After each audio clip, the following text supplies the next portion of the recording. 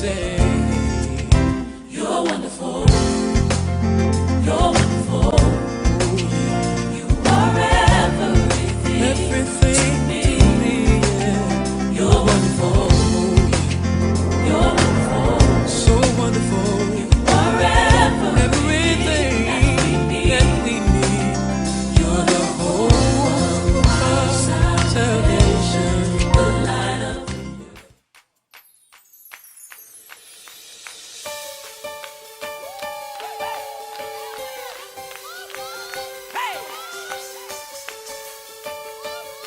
Father, we bless your name. Somebody give him glory.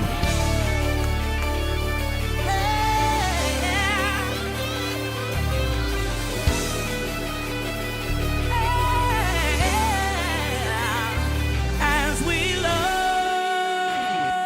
on you, receive our love, receive our love. And as we shout your name, receive our praises, receive our praises as we love. as we love on you. Receive our love, Receive our love. oh Lord. Receive our love. And as we As shout we shout your name. receive our praises, Receive our praises. receive our praises, 'cause your name is Your high. name is high. Be glorified. No No other name like yours. No other name. No other name. No other name like yours. Your name is high. Your name is high. Be glorified. You are great. You are great, greatly to be praised. We lift your name.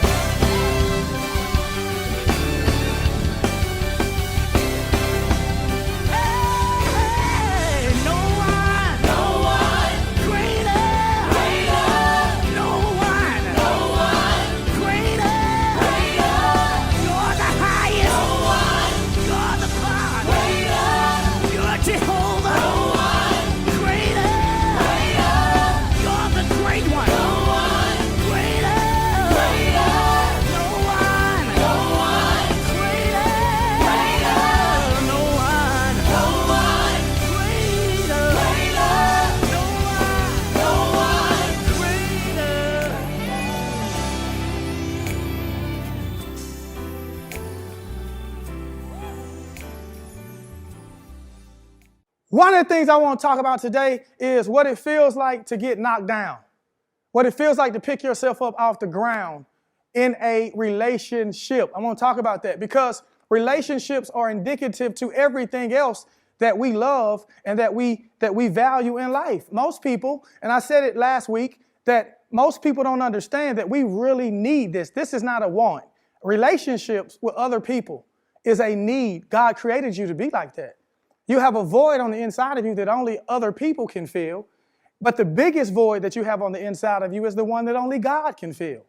We were born with a God-sized hole in our heart and in our life and in our purpose that only God could fit. The problem is most times people try to stick other things in there, and I have too. I've tried to put other things in God's place, and it didn't work. It felt good for a while. I ain't gonna lie. It was a lot of fun, but oh my God, I had to pay for it. You reap what you sow. I sowed in corruption, and I reaped corruption in my life. I sowed into evil, and evil prospered in my life. I sowed into wrong, and wrong prospered in my life because giving works. You can give positively and get it back, or you can give negatively and give it back. I've done both, and I've decided for the rest of my life, my goal is to give to God in every form that it comes. And my relationships with others have been enriched because of my relationship with God. God has taught me how not to be too angry. I used to be so pissed and mad. Can I say pissed on TV? If I can't, they'll edit it. I used to be so upset all the time and angry, and I didn't know why. I had a chip on my shoulder. Have you ever been like that? I mean, I'm serious, a chip, like easily aggravated, easily frustrated because I was unhappy. I didn't know it. I was deeply unhappy. I was unhappy to my DNA. And I can't blame anybody. My unhappiness is no one else's fault. It was no one else's fault. Why am I telling you this? Because your unhappiness is your fault. If you ain't happy, it's on you. I don't care. It's on you, just like it was on me. I can't blame nobody else for my happiness. Nobody else is responsible for my happiness or your happiness. You are responsible for it. You are responsible. And people in relationships shouldn't make you happy to complete you. You should be complete already. They could be complete already. Y'all come together and make gumbo. It is the icing on the cake for your life. Another individual, you do need them, but they should be an addition to your life, not your life. My life belongs to God, not a woman. My life belongs to God, not a church. My life belongs to God, not a man. My life belongs to God, not you. My happiness and your happiness is derived from what you do. So let's get working. Y'all want to work with me? Number one, happiness starts intrinsically. Happiness starts from the inside. Most people look for happiness externally, but happiness doesn't come from external places. That's why you can put a depressed person in a very expensive car. They still depressed. You can put a suicidal person in a nice suite at a hotel. They're still suicidal. You can put a person that is broken-hearted in a mansion. They're going to be broken-hearted in a mansion. It is not the car, the money, the stuff that brings the happiness and the fulfillment. It is a tool. It is not the clothes that make you. It was never the clothes. It's only cotton. How many types of cotton do they make? It's only leather. How many different types of cows do they have? It's only leather. It's only crocodile. Either it's a crocodile for $50,000 or it's a crocodile for $2. It's a crocodile somebody shot in a pond and made you a bag for 6 cents, or it's the same crocodile they sent to Europe and they charge you a Birkin price. Why am I saying this? That is not where fulfillment comes from. Fulfillment comes from inside of you. How do I know? You have a reservoir of power in you. You have abilities. You have things that God has given you before he formed you. There's a guy in the Bible, I love him. His name is Jeremiah. Jeremiah was a teenager. He was about 16, 17 years old, I believe, when God called him. And Jeremiah said, I'm only a boy and I'm afraid. And God said, before I formed you in the belly of your mother, I knew you. I sanctified you. I set you apart for something sacred. Can I challenge you with this? You may be broken. I've been there. But God's called you for something great. I remember being on the floor broken, and God says, but I still called you for something great. Tears running down my face. God says, but I still called you for something great. There's greatness in you. You got to believe it. I'm going to say it to you 5 times. There's greatness in you. There's greatness in you. There's greatness in you. There's greatness in you. How many times is that? 4? There is greatness in you, and there's nothing you can do about it. Now, you can't do anything about the greatness, but you can determine if the greatness can be seen to the world or will it just be yours. If you keep your greatness to you, you'll be unhappy. But if you give your greatness to the world, this is what God does. Giving does this. When you're connected to the Spirit of God, you understand that you are connected to an unrestricted flow of ideas, an unrestricted flow of love. There is a reservoir of power in you. If you keep it to yourself, it spoils like milk. But if you give it, if you sow it into the world, it multiplies. Have you ever heard of Whitney Houston? Have you ever heard of Whitney Houston? What's the Houston song? What's the Whitney Houston song everybody loves? What's the Whitney Houston song? What is it? Tell me. What is it? What is it? I want to feel the heat with somebody. Oh, I want to dance with somebody. Somebody to love me. You know what? If she was singing that by herself, who cares? Oh, I want to dance with somebody. I want to feel the heat with somebody. You see that? So, you know why we love it? Because she gave it to the world.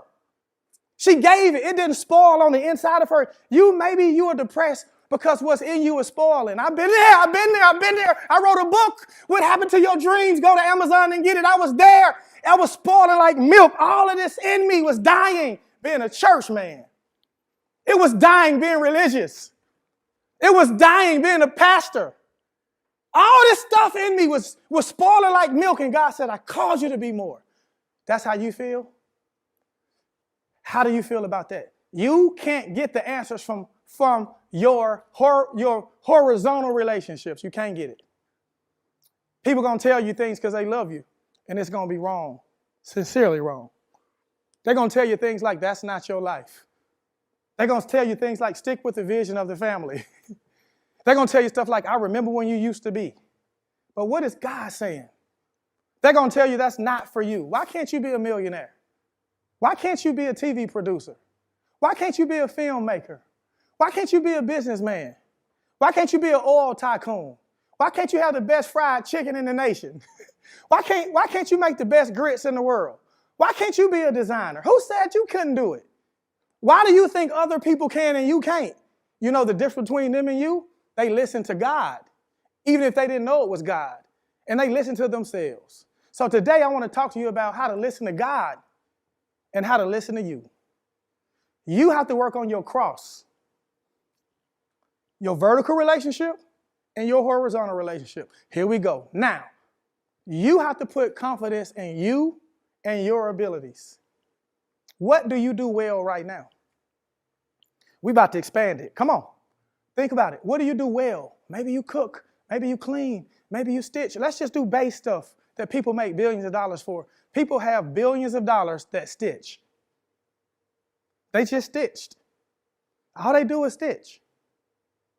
They do all the leather in your car you made, you just bought. You see the stitching in your bag? They started stitching at home. Look down at your shoes. Look down at your jeans. That's all they did was stitch. But they found their sauce. How? Let me unlock you. They didn't find it by talking to these people because nobody knows what you need but you. And I'm not telling y'all all this in this talk. You're going to have to get this later. I'm working on one for you. No, who knows really what you need but you? How did the person that stitched decide this is what I'm going to do with my life? My mama said, their mother may have said, I want you to be a doctor. I stitch. But I want you to be an attorney, but I stitch. No, I want you to go to the NFL like I did, son. I stitch. Well, women stitch. Now, I'm a man that stitch. Well, other ethnicity stitch, I stitch. Well, that's for them. No, I stitch. There are $1 billion stitchers right now. Why am I telling you this? God gave you a superpower and a gift, but if you don't tap into it with a relationship with him, you're going to get in trouble. You know how many people helped me mismanage my gifts? Do you know how much pain that I went through letting people handle me that didn't know how? Do you know how many mistakes I've made listening to people who love me, but they didn't know what they was talking about? They didn't have the experience to be talking to me. I should have been talking to God, and it's my fault. It ain't their fault. I went to them, and I heard God telling me. I remember hearing them say, I'll never forget it. I was in my father's driveway. I was opening Oasis. We were 5 years old. The church was booming. And I'm asking, I just got a need to know because I want to get it right. And I remember sitting in this driveway, and God spoke to me clear. He says, when you gonna ask me first? You come to me last like I ain't nobody. You ask your mama, your daddy, your cousins, your friends, your members. You talk to everybody first but me. You make me sick with that. And I'm blessing you anyway. Look at your church. You have grown 1,000 people with nothing, from nothing, in 4 years. You started broke and you still won't listen to me. You was broke. You didn't have nothing. You didn't have a pot or a window, and I blessed you. And you got the nerve to ask your mama? You got the nerve to ask your daddy?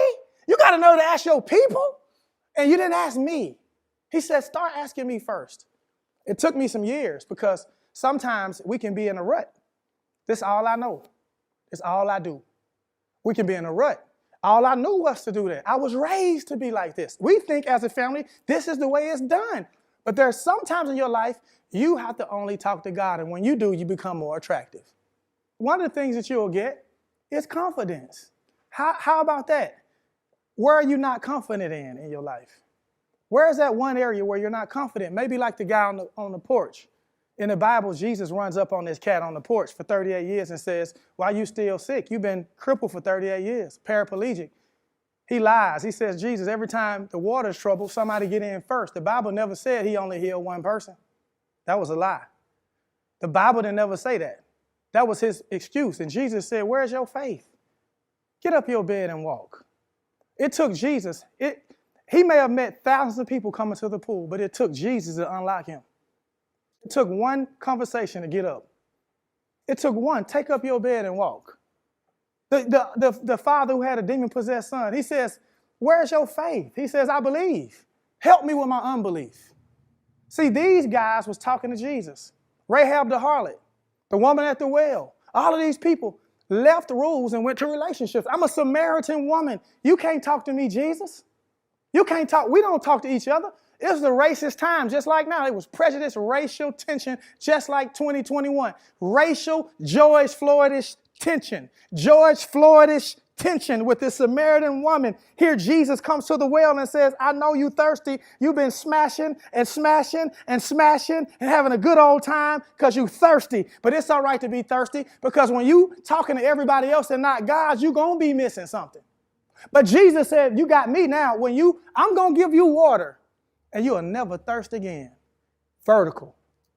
That woman left Jesus and all of her horizontal relationships changed. The man she thought she was addicted to sexually, she was able to go home and say, this is over. The other man that would abuse her and beat her up, she was able to say, this is done. The other man that took all her money and resources, she was able, after she left Jesus, to say, this is over. Her church that she left, that she didn't want to go to no more, she went back to church and said, I got to serve because I've been healed. I got in touch with Jesus, horizontal. Then she goes home. She goes home to her family and say, you know what, mama different, auntie different, sister different. She goes to her friends. She go to her sorority sisters and say, baby, the things we were learning, we were pledging, I know I didn't get it, but I got it now. How did you get it? I heard about Jesus. And the kingdom expands because of one person. God's going to expand the kingdom because of you. The last thing that you got to do, well, the next thing, you know how I do it. When I'm teaching, I'm going to say 1, 2, 3, 5. Don't ever count them. Just get the point. Here we go. So number 10 or 50. Is you have to count on something other than you. And you got to count on something more powerful than you. Jesus. It was Jesus that saved me. If you're a rapper, man, let me tell you something. You know half of your stuff you got at church.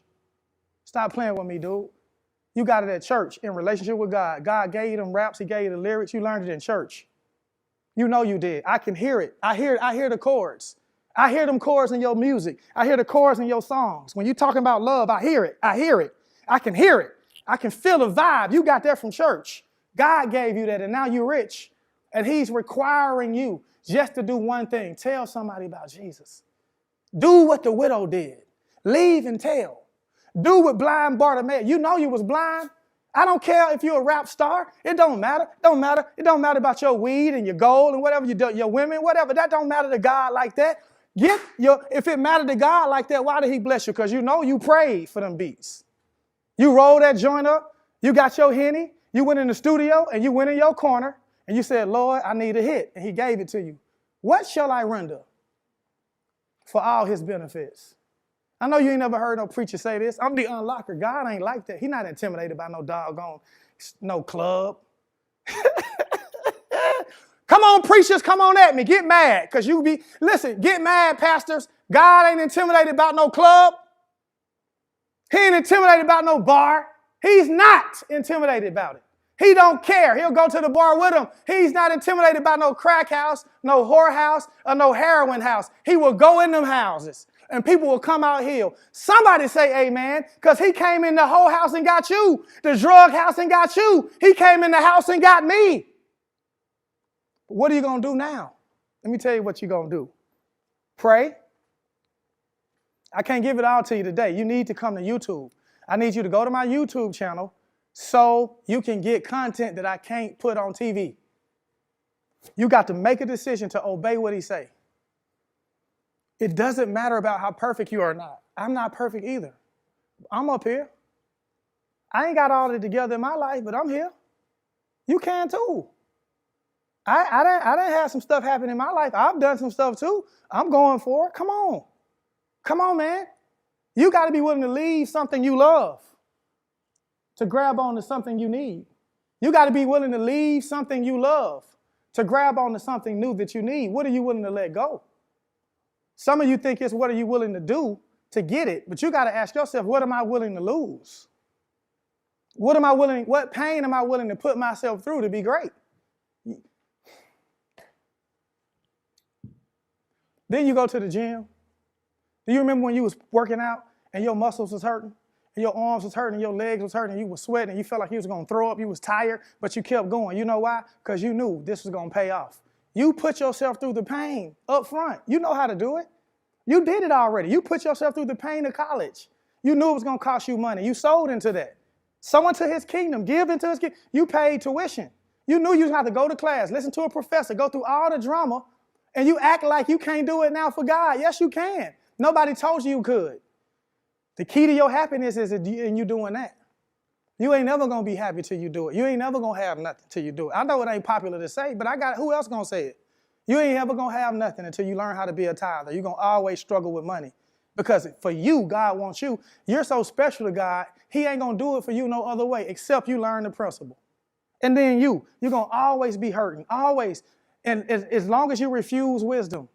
The Bible teaches us, Solomon teaches us to chase wisdom. I chase it. I chase the truth. It hurts sometimes, but the truth make me free. It'll make you free.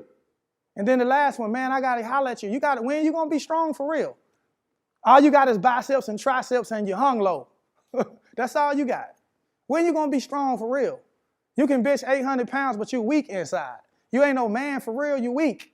All you can lift is weights and legs. You can lift weights and legs, but you can't lift spirit. You can't lift attitude. You can't lift heart. You can't lift money.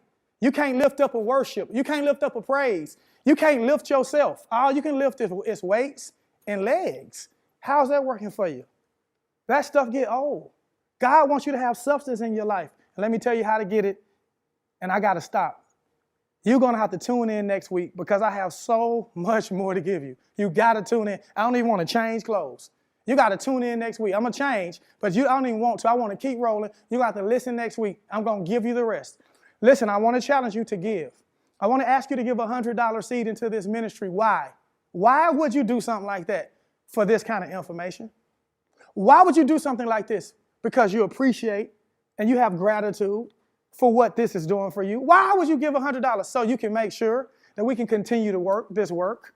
I'm asking you for your help because this is going to take millions of dollars to do for us to unlock the world. God has given me a vision to unlock the world with this. I'm not stopping. You know me. I'm not going to quit. I need your help. When you sow and you give, we're going to put that money to work so we can continue to unlock the world. My name is Anthony Murray. I appreciate your tithing, which is 10%. I appreciate it. It's 10% of our gross. I had somebody call me the other day and they said, what do I do with my tithe? They're a heavy tithe. They're like, I'm making good money. Do I tithe off my net or my gross? I say, well, I tithe off my gross. So when it's time for me to handle my business, at the end of the year, it's already done. I don't want anything in front of God's money. I don't want nothing. I'm giving him his first 10%. Is small because I keep 90. 10% is small. I keep 90 for the blessing. I'm going to get that seed out first. God is into firsts. He's into the best. He don't give you scraps. Don't give it to him. God expects, and he only will receive your best. I want you to get a $100 seed. I want you to get your tithe, and I want you to send it. They're going to have the information below, and I'm going to see you next week. My name is Anthony Murray, and you have just been unlocked. I'll see you soon. Family, I know that you were blessed by the experience today. I know the worship was amazing and the message, understanding relationship over rules. Listen, one of the biggest points that unlocked me today was learning how to focus and prioritize my vertical relationship with God first. Listen, I want to make sure that you take this opportunity to give. Here's why. We're in the midst of the Go campaign, and it's all about taking this unlocking message, this message of relationship over rules to the entire world. And we need your help to do it. Listen, I want you to text Oasis Go to 52886. And I want to remind you about our next in-person service. It's July 18th at 9 a.m. and 12:30 p.m. That's right. We are coming together for Oasis indoors. We cannot wait to see you there. Make sure you follow Pastor Anthony on YouTube as he's got content that's unlocking us every single day. Listen, go to his YouTube page right now and make sure you subscribe. And last but not least, if you receive salvation today, we've got an entire family that wants to walk with you. Right now, text the word SAVED to 52886. We've got ministers and prayer partners that are ready to walk with you on your new journey. And repeat after me, we're going to the edge, educating, demonstrating God effectively. Consider yourself dismissed.